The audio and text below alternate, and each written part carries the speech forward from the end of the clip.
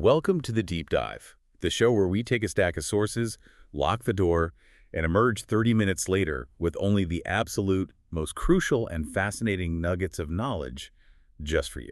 Today, we are really cracking open a career that's just defined by calculated risk. And surprising longevity. We're looking at an almost textbook evolution from, a screenwriting prodigy to a global franchise king. And what I think is maybe the most interesting part, an impact investor who is really focused on systems change. That's right. We are diving deep into the strategic career of Matthew Page Damon. And our mission today is to go way beyond the blockbuster headlines. We really want to understand the pivotal turning points, the specific financial strategies. Right. Especially those production companies. And, of course, that billion-dollar missed opportunity we had to talk about. Exactly. And also how he manages to channel these massive corporate partnerships into genuine global water activism. The journey is genuinely unique. I mean, winning the highest industry honors before he was even 30. And then becoming this massive action star while somehow still being seen as the everyman. And now leveraging that whole brand to drive social causes through, well, pretty disruptive financial models. We're talking about someone Forbes ranked among its most bankable stars back in 2007. And by 2010, he was already among the highest grossing actors of all time.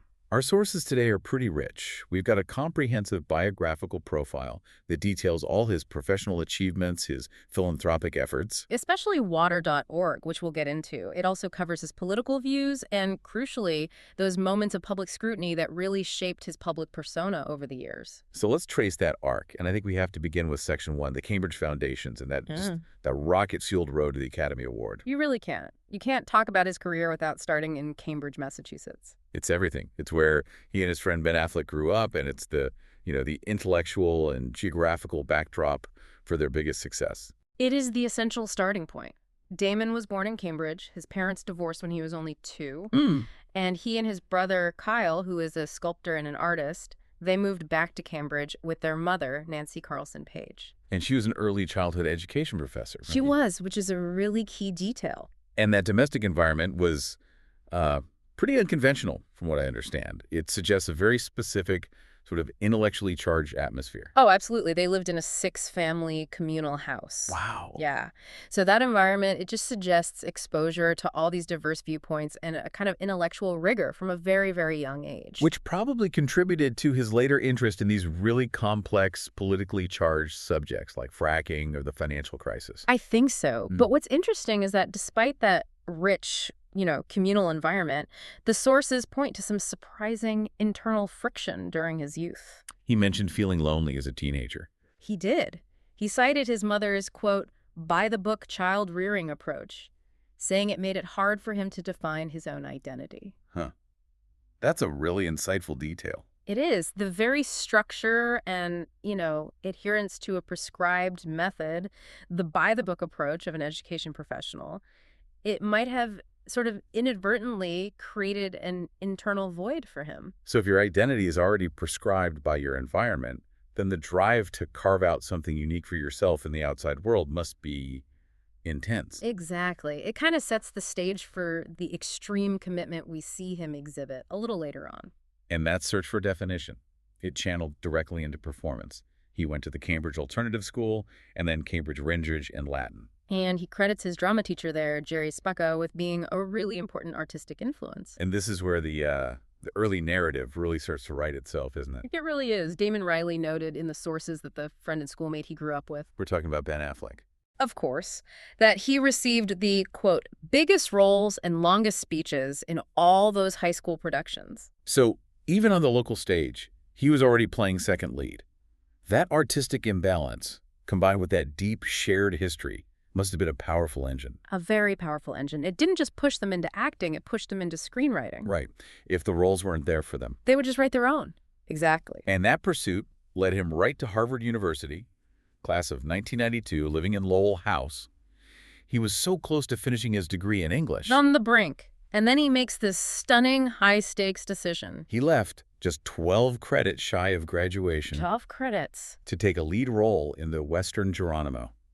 An American legend. I mean, that is a massive roll of the dice. It's a huge gamble. He was banking his entire future on the success of a film that, well, ultimately, it did not perform. So it was a clear entrepreneurial gamble, and it failed. It did. He was living out in California with a bunch of other actors struggling financially, and he even admitted, by the time I figured out I had made the wrong decision, it was too late. That's a crucial failure point.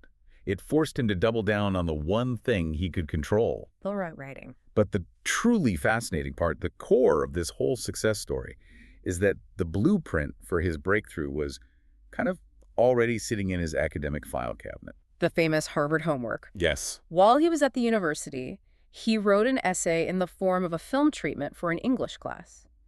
And that assignment, written while he was still grappling with his formal education, it became the kernel of Good Will Hunting. I just love that detail. The Oscar-winning script started as a college assignment. He and his friend then developed it into a full screenplay. But they didn't just write it in a vacuum. They were incredibly smart about seeking out external validation and refinement. Who were they talking to? Oh, the giants. Director Rob Reiner, the legendary screenwriter William Goldman, and even writer-director Kevin Smith. They incorporated all this seasoned professional feedback into their personal story, which was drawn from their own Cambridge experiences. So it's the perfect blend of raw talent and really strategic mentorship. Absolutely. But the script's journey was complicated. It wasn't an easy sale. They initially sold it to Castle Rock in 1994. What was the conflict there? Well, the sources indicate the conflict was largely centered on creative control. The studio wanted to change the focus. Like bring in bigger stars. Bigger stars, different directors, things that conflicted with their vision. They were absolutely determined to star in it themselves, and they wanted a director who really understood the material. So after a difficult period, they managed to get Miramax to buy it. They did, under terms that gave them the creative latitude they needed. And that gamble, I mean, it paid off beyond anyone's wildest dreams. The critical praise was instant. One critic noted the film's real wit and vigor, and the box office was just massive. How massive are we talking? Well, they won the Academy Award and the Golden Globe for Best Screenplay. They each earned salaries of $600,000. Okay. And the film grossed over $225 million worldwide. Wow. It wasn't a gradual climb, it was just an instantaneous transformation. Completely. As Damon described it, he went from total obscurity to walking down a street in New York and having everybody turn and look. So suddenly he's a star, a screenwriter, and an Oscar winner, all before he even turned 30. All at once. The sources really paint a picture of a career built on this strategic commitment. Which brings us to Section 2, looking at those defining early roles and the extreme physical dedication between 1988 and 1999. And even before Good Will Hunting, you have to recognize that dedication was already there, even in these minor roles. He was definitely grinding. His actual film debut was way back in 1988. He was 18. Just a single line of dialogue in the romantic comedy Mystic Pizza. Right. And he was really involved in student theater at Harvard, too, so he was working constantly, no matter the scale of the role. But the commitment he showed right before the breakthrough, for the role of an opiate-addicted soldier in 1996's Courage Under Fire, that's the moment. That's what established his reputation as a serious, dedicated actor, not just another young hopeful. That transformation was legendary. He lost a staggering 40 pounds, that's 18 kilograms, in 100 days. On his own. A self-prescribed diet and fitness regimen. Exactly. And that level of immersion, it signals something profound to the industry. It wasn't about looking good. It was about embodying the character's suffering. And it paid off. The Washington Post highlighted the performance. They called it impressive. But here is where the story becomes almost theatrical. He had to regain most of that weight almost immediately for his next film. For The Rainmaker in 1997. That physical yo-yoing in such a short period is just remarkable, and it underscores the dedication required. The Rainmaker was a critically acclaimed drama. The Los Angeles Times recognized him as a talented young actor on the brink of stardom. So he was being recognized for his dramatic talent, just as the Good Will Hunting script was about to launch him into the stratosphere. It was perfect timing. So do you think that extreme physical dedication was a strategic move? A calculated way to signal to the industry that he was a serious actor? Oh, I think so. It was proof of concept. In an industry full of good-looking young men, showing you are willing to risk your own comfort, even your health, for authenticity. It just sets you apart. And it paved the way for the collaborations that followed. I mean, working with the absolute top tier of directors. Right after the Oscar, he was immediately in demand. He got cast in the brief title role in Saving Private Ryan. in 1998. And that was after meeting Steven Spielberg on the set of Good Will Hunting. See? That's the power of the Oscar platform. A casual meeting translates into a role in an epic-defining WWII film. And at almost the same time, he co-starred in Rounders with Edward Norton. Now, Rounders didn't do well commercially at first. True, but strategically, Rounders was so important. It quickly became a cult classic. People now say it's one of the best poker movies of all time. It gave him this early, enduring piece of fan devotion that went way beyond its initial box office. And then the physical commitment came back for the talented Mr. Ripley in 1999. To play that anti-hero Tom Ripley, a really complex psychological role, he lost another 25 pounds. And that role, moving from the relatable Will Hunting to the manipulative, chilling Ripley, it really showcased his range. It did. Variety specifically noted that he outstandingly conveys his character's slide from innocent enthusiasm into cold calculation. So he was flexing his dramatic muscles, securing critical praise, but the end of the 90s saw some bumps in the road. Yeah, his attempts at those big, sweeping romantic dramas, like All the Pretty Horses and The Legend of Bagger Vance in 2000, they just fell flat, commercially and critically. And that's a crucial learning moment. Why did those films fail? He was such a hot commodity at the time. The critics just didn't buy him in those roles. New York Magazine explicitly said he seemed uncomfortable being the center in The Legend of Bagger Vance. So his strength wasn't the grand, heroic, romantic lead. No. His strength, which we see later, is playing that intellectual everyman, the relatable outsider. These missteps forced a really necessary course correction. And that course correction involved a quick, humorous nod to his own fame. Right.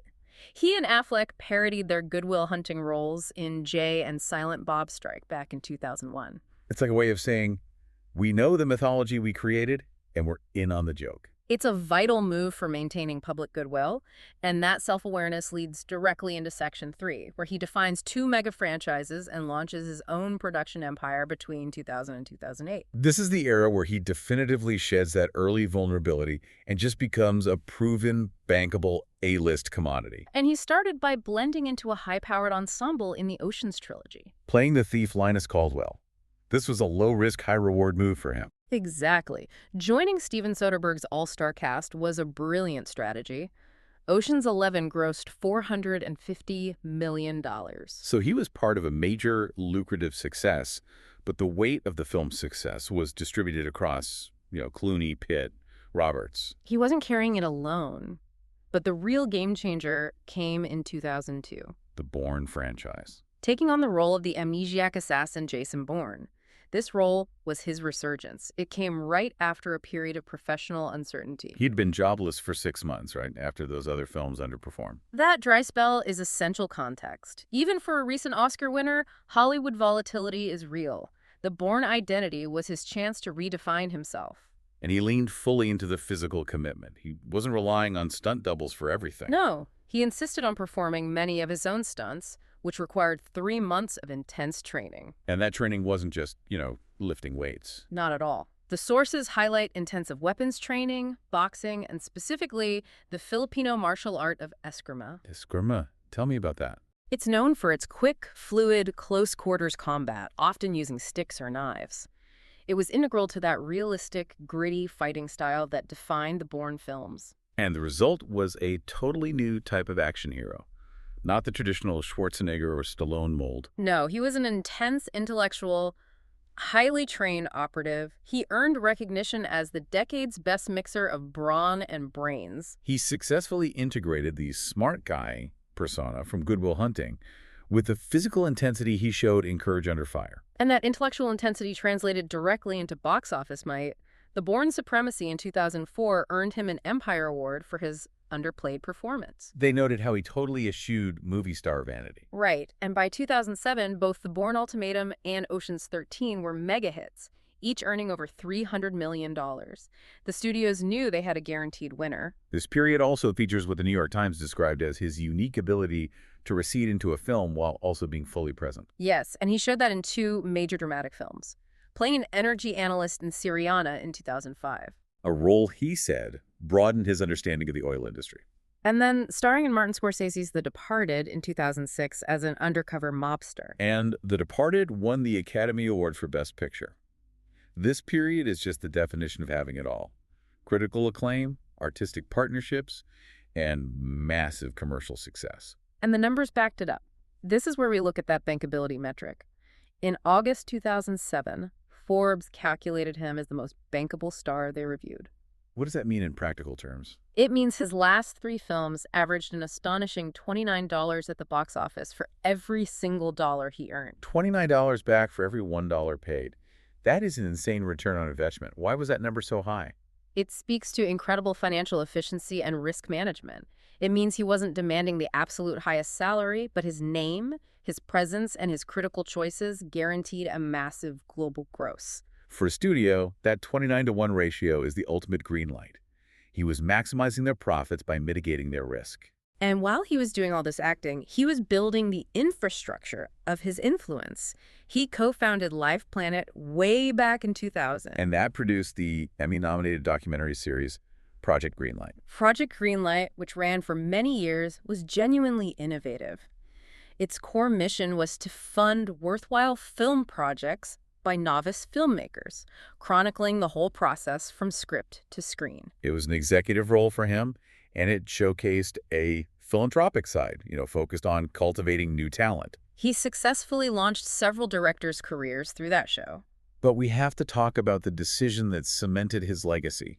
Not for what he did, but for what he turned down. The billion-dollar mistake. The famous Avatar offer from James Cameron. Right. Damon was offered the starring role, but because he was contractually obligated to the Bourne franchise and didn't want to break that commitment, he had to decline. And Cameron, knowing the scale of what he had, offered him 10% of the profits. 10% of the profits of Avatar. Which went on to become, at the time, the most successful film in global history. The opportunity cost is just staggering. Damon later reflected on this with this perfect blend of humor and awe, stating, "I will go down in history. You will never meet an actor who turned down more money." It's an almost unbelievable anecdote. It shows that even the most strategically minded careers sometimes just rely on contract timing and adherence. It really does. And that sets the stage for the modern era, which we explore in Section 4, directing, producing, and continued critical acclaim from 2009 to the present. This is where he transitions into the role of an industry elder statesman, capable of prestige work, high-profile comedy, and serious political narratives. He secured 2 major Golden Globe nominations right after that peak franchise period. One for the dark comedy The Informant in 2009. Which showed his ability to handle that nuanced humor. And then an Academy Award nomination for Best Supporting Actor for playing rugby captain Francois Pienaar in Clint Eastwood's Invictus. That Invictus role, anchoring a film about such a high-stakes historical moment, Mandela using the Rugby World Cup to unite post-apartheid South Africa, that really showed his mastery of that low-key charm and integrity that critics loved. He was proving he could anchor prestige dramas with gravitas without relying on flash. He also expanded into major television, earning Emmy nominations for guest roles in 30 Rock, playing Liz Lemon's boyfriend, and hosting Saturday Night Live in 2019, where he famously portrayed jurist Brett Kavanaugh. That blend of serious drama and high-profile comedy kept him omnipresent. And crucially, this period saw his interests solidify around socially conscious issues. He leveraged his voice and platform for serious documentary work. He narrated Inside Job in 2010, which was a crucial and complex documentary about the 2008 financial crisis. And also American Teacher in 2011. Narrating Inside Job was a significant choice. He lent his immense gravitas to this really dense nonfiction subject, making the devastating effects of financial deregulation accessible to a mass audience. He also co-wrote and starred in Promised Land in 2012, which focused on fracking and reinforced his commitment to using filmmaking to address urgent environmental issues. This is the intentional shift toward impact content. Yeah. He wasn't just taking roles. He was actively developing and narrating projects designed to inform and activate the audience. And the infrastructure for that continued to evolve. In 2010, he established Pearl Street Films with Affleck. But the most significant development came much later, in 2022, with the formation of Artists' Equity. This production company, born from years of observing the industry structure, is truly disruptive. How so? Well, Artists' Equity marks a philosophical revolution. The mission is to fundamentally restructure how films are financed and compensated. They use a data-driven approach, I read. They do, to optimize production. But the core financial proposition is to give creators a larger stake in financial success, and this is key, explicitly offering profit participation to both above and below the line talent. We hear those terms, above the line and below the line, a lot. For a general listener, what does that financial distinction mean, and why is giving equity to the latter so seismic? It's a crucial distinction. Above-the-line talent generally refers to the highest-paid people, the actors, writers, directors, producers. Okay. Below the line refers to the enormous crew responsible for making the film happen. Cinematographers, grips, lighting, sound, special effects artists. Traditionally, these essential crew members get a salary, and that's it. Zero profit participation if the film becomes a global hit. So artist equity is giving the actual crew a piece of the pie. Precisely. It redistributes the economic benefits down the chain. Their first release, Air, where Damon starred as Nike executive Sonny Vaccaro, it proved the model could succeed. It was a critical and commercial success. And that provided immediate legitimacy to this new financial structure. And amidst all this production strategy, his personal acting career just continued its commercial peak.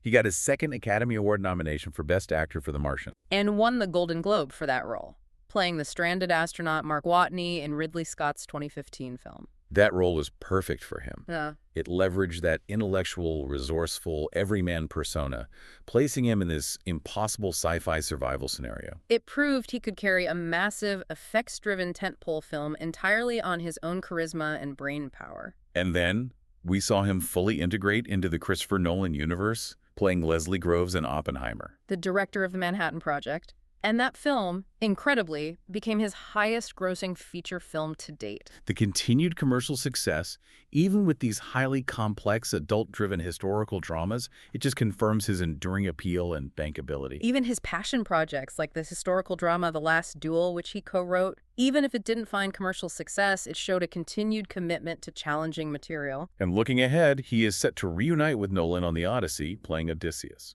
That is a truly epic role. It confirms his position. He has successfully transitioned from the young, hungry prodigy to the seasoned strategic producer, capable of attracting the best material and the best directors in the world. Okay, let's pivot now to Section 5. Moving off-screen to the part of his career that often generates the most headlines and sometimes the most scrutiny. His activism, public image, and political engagement. His philanthropic portfolio is impressive, and it's very focused. He is a co-founder of the Not On Our Watch project. Right, with George Clooney, Brad Pitt, Don Cheadle. A whole group of them. And it's specifically aimed at preventing and stopping mass atrocities like those in Darfur. He also serves as an ambassador for 1X Zone, supporting children globally, and is a spokesperson for Feeding America. But his most impactful and enduring commitment is water.org. That's the strategic jewel in his philanthropic crown. It is. He founded the H2O Africa Foundation, which later merged with Water Partners to create water.org in 2009. The mission is critical, bringing safe, clean, cost-effective drinking water and sanitation to developing countries. But the key here is the delivery model. It's not just a traditional charity reliant on, direct donations and handouts. No, it utilizes a business model centered on microfinance, which they call water credit. And this is what makes it so strategic and scalable. Exactly. Water credit is based on the principle of microloans, small, manageable, repayable loans provided directly to low-income families in countries like India. So they can install their own water access and sanitation solutions, a tap, a toilet. Right. And because the loans are repaid, the funds are recycled, allowing the charity to serve far more people over time than a traditional grant model ever could. That is genuinely strategic. It's empowerment, not just aid, and it scales exponentially. The source has mentioned an $8 million grant from the PepsiCo Foundation back in 2011 to scale up these efforts. They did. And Damon has brilliantly leveraged his celebrity capital to facilitate these massive corporate partnerships, including deals with Aquafina, Ethos Water, and Stella Artois. The Stella Artois campaign, selling those limited edition blue chalice glasses, that was a huge global effort. There was a Super Bowl commercial. There was. But this strategic approach, mixing global good with major, often controversial, corporate money, led directly to our learner's insight moment, the cryptocurrency controversy. In October 2021, he announced a new partnership with the cryptocurrency trading platform, Crypto.com. And Damon was very clear about his intent. altruism. Crypto.com made a $1 million donation to water.org, and he committed to donating 100% of his own fees from the commercial. So the money was going to a good cause. Why, then, did the resulting commercial generate such harsh public backlash? The backlash wasn't about the donation. It was about the message and the context. The commercial itself featured Damon walking through history and comparing the act of trading cryptocurrency to mankind's greatest achievements exploration, the invention of flight, space travel. And the tagline was, "Fortune favors the brave." Yes. So comparing volatile crypto trading to the exploration of the known universe, it strikes a very different chord than selling a beer chalice for clean water. It really does. Yeah. Critics called the commercial insulting, disgusting, and compared the platform to advertising a Ponzi scheme. Right. Due to the high volatility and risk associated with cryptocurrencies, especially for non-experts, one columnist highlighted the unseemliness of the famous and fabulously wealthy urging crypto on their fans. So the public perception was that a globally trusted star was pushing a highly speculative, risky financial product, regardless of his own philanthropic intent. It perfectly illustrates the complexities of modern celebrity impact investing. The public image risk of the partner can sometimes negate the philanthropic gain, even if the actor's personal intentions are pure. It's a critical learning moment for any celebrity activist. You have to vet the philosophical implications of the partnership, not just the check size. Absolutely. Now, beyond philanthropy, his political views have also been nuanced. He's a supporter of the Democratic Party. He hosted a fundraiser for Elizabeth Warren. But he has shown a willingness to critique leaders from his own party.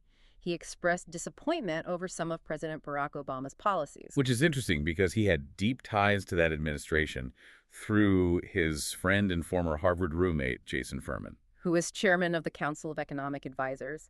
It shows his political engagement is rooted in specific policy concerns, not blind allegiance. He also articulated strong views on military engagement during the Iraq War discussion back in 2006, noting concern about socioeconomic inequities. And he's always been clear on his personal stance regarding firearms. In 2003, he said, "I actually hate guns, they freak me out," positioning him firmly in support of gun control.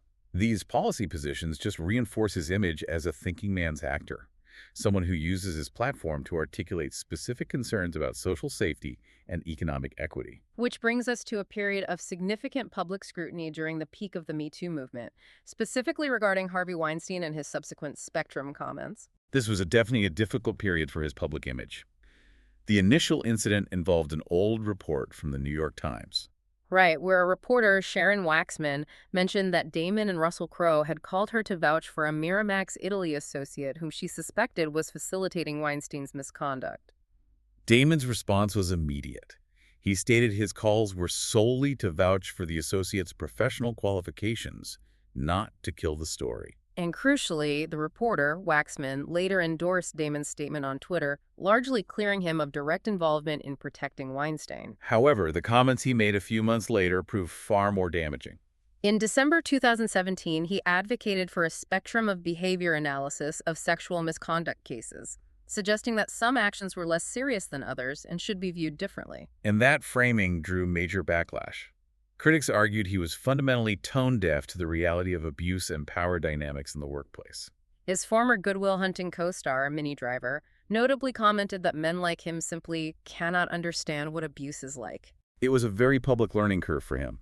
That intense criticism led to a swift public apology in January 2018. Where he said, quote, "I should get in the back seat and close my mouth for a while."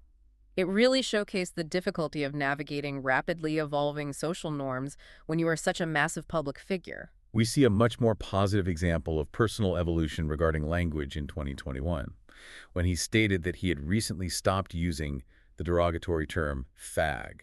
And that was after his daughter intervened. This is perhaps the most humanizing anecdote in the sources. It really is. It reveals the influence of his family on his social consciousness. He explained that the word was commonly used when he was young, but his daughter wrote him a very long, beautiful treatise on why the word was dangerous and painful to the LGBTQ+ community, regardless of his intent. The power of persuasion from his own daughter was enough to immediately change his behavior. It just illustrates that continuous education happens even for global figures. For sure. And just to close this section with something lighter, we have to address the long-standing recurring gag on Jimmy Kimmel Live. The famous feud. It's essential to understanding how he maintains his everyman likability. It really is. This running gag involves Jimmy Kimmel apologizing at the end of every show for not having time to interview him. It's been going on for years. It's pure meta humor. And it has included these elaborate celebrity skits, like the time Damon actually took over the show in 2013. Citing the long-standing feud and bringing in other celebrities like Robin Williams and, of course, Ben Affleck. And we can't forget the viral musical feud that started in 2008 when Kimmel aired a clip of his then-girlfriend, Sarah Silverman, singing the iconic song, I'm Fucking Matt Damon. To which Kimmel responded with his own musical video, I'm Fucking Ben Affleck. It's brilliant self-parody that keeps both stars in the public consciousness outside of their serious roles. It proves he's willing to be the subject of a decade-long gag, which makes him seem approachable, despite his incredible wealth and power. Right. That blend of approachability and strategic power brings us to our final look at his career structure in Section 6, honors and producer commitments.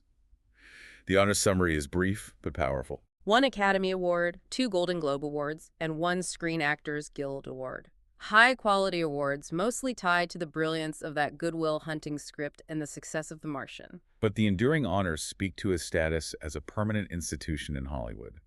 He received a star on the Hollywood Walk of Fame in 2007. Which reflects his shift into that bankable global action star during the Bourne and Ocean's peak. It's a recognition of market power. And in a symbolic return to his roots, he was awarded the Harvard Arts Medal in 2013. Which provides a form of academic validation that he missed when he dropped out 12 credits shy of his degree all those decades earlier. It provides a nice narrative conclusion to that initial risky move. Finally, one of the most significant structural commitments he made was in March 2018, the adoption of the inclusion rider agreement in all future production deals with Pearl Street Films. This is a powerful legacy commitment. It leverages his established production power to drive systemic social change. The inclusion rider mandates specific metrics for diversity and inclusion both in front of and behind the camera. So it ensures his companies are actively working to address the inequities of representation in Hollywood, aligning his professional actions with his stated concerns about equity and fairness. Yeah, exactly. Okay, we've covered a massive amount of ground, from a communal house in Cambridge to turning down a potential $1 billion and then driving microfinance initiatives worldwide. What are the key takeaways from this deep dive? I think the story is one of consistent strategic evolution. It's driven by intellectual curiosity and a willingness to take immense personal risk. He transitioned from screenwriting prodigy earning an Oscar based on a college essay to systematically redefining the modern action hero. Through that intense physical commitment and intellectual choice in the Bourne identity. And the third, and arguably most complex act of his career, involves the pivot into impact production. Right. He successfully leveraged his celebrity capital to fund social causes like water.org, using the innovative water credit microfinance model to maximize global reach and sustainability, rather than relying solely on traditional charity models. But the sources show that this corporate activism is not without friction. We saw that while the partnerships are successful for water.org financially, they also lead to intense public criticism when the partner's industry is viewed as ethically volatile. As exemplified by the highly controversial Crypto.com endorsement. And through it all, he maintains the persona of the intellectual everyman, the man who can deliver serious political documentaries and command the attention of directors like Christopher Nolan. While still being the butt of a decade-long recurring joke on late-night TV, the strategic genius lies in managing both ends of that spectrum simultaneously. I think the overarching theme is control. He has consistently sought to control the means of production, first through Live Planet, then Pearl Street Films, and most recently, artists' equity. He recognized that true lasting power in Hollywood lies not just in acting brilliantly, but in owning the infrastructure and setting the terms for participation. Which leads us perfectly to our final provocative thought for you to mull over. We detailed the new mission of Artists' Equity, formed with his friend, which is focused on giving profit shares to both above and below the line talent. The entire crew? The entire crew. So, considering the massive box office success of their initial films under this model, like Air and Oppenheimer films that relied heavily on complex production and skilled crews, what deeper systemic changes might the industry actually see if this new model of financial participation for all becomes the industry standard? If one of the highest-grossing actors in history commits his future to the idea that the crew deserves a slice of the profit. The implications for thousands of film professionals could be enormous, radically shifting the economic landscape of Hollywood far beyond the next box office haul. A legacy that shifts from acting brilliance to genuine economic disruption. It's a profound note to end on. That's it for this deep dive. Thank you for joining us. We hope you walk away feeling well informed about the intersection of star power, high finance, and global impact. Until next time.